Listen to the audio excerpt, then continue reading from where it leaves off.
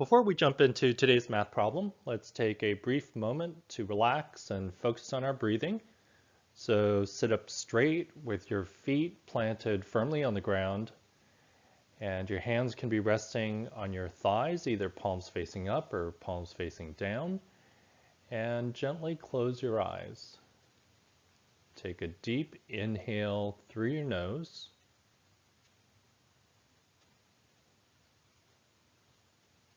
And exhale slowly through your nose.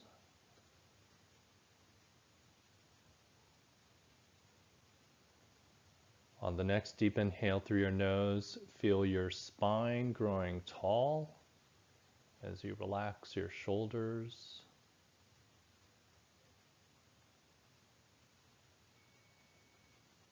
And exhale slowly through your nose, maintaining that length in your spine.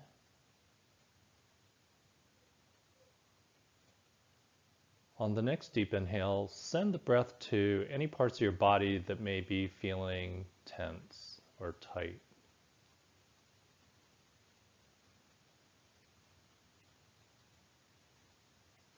And as you exhale slowly through your nose, feel that tension release. Let's take one last deep inhale through your nose, filling your lungs. You'll feel your chest or sternum rising, your abdomen filling with breath. And at the top, hold your breath for a few seconds. And exhale as slowly as you can through your nose, savoring the breath and feeling a sense of relaxation and calm and peace. And when you're ready, gently open your eyes. This multiple choice problem is from the College Board. It comes from section 3 of the SAT test, which does not allow calculators. And the problem says, which of the following could be the equation of the graph above? So give this problem a try, see what you can do. It's all right if you're not sure how to approach it. You can even just take a guess. And in about a minute, we'll have a look at it together.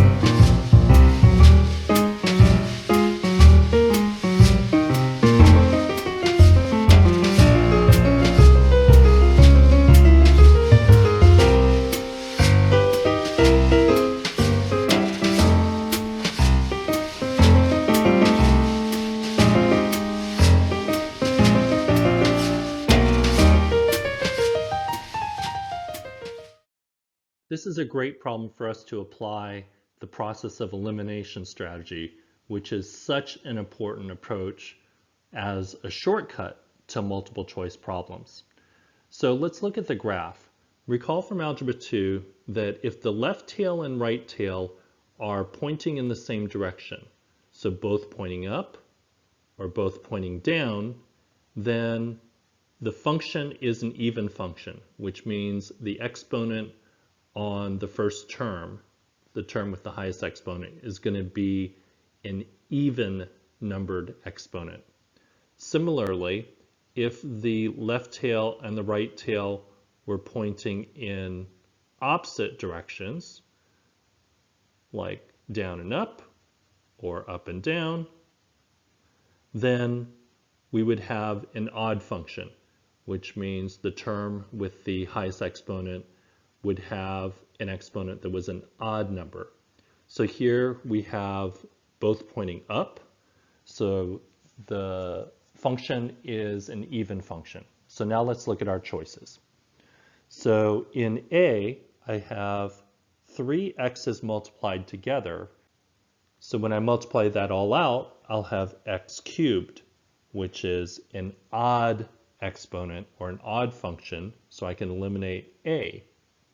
For b, I have x squared, x, and x, which will be x to the fourth, which is an even function, so I can keep b. And c has x, x, and x, which is x cubed, an odd function that we can eliminate. And d has x squared, x, and x, which is x to the fourth, so we can keep d. So we've quickly eliminated half of the choices. Now we have to decide which is a better choice, b or d.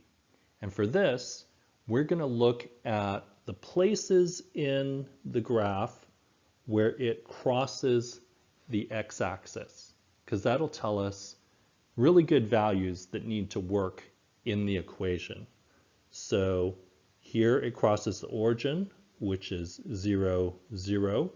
So we know that if x is equal to 0, then that has to produce a y value of 0.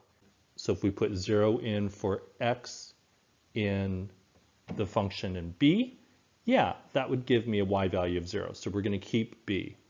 Same thing with d. If I put 0 in for x,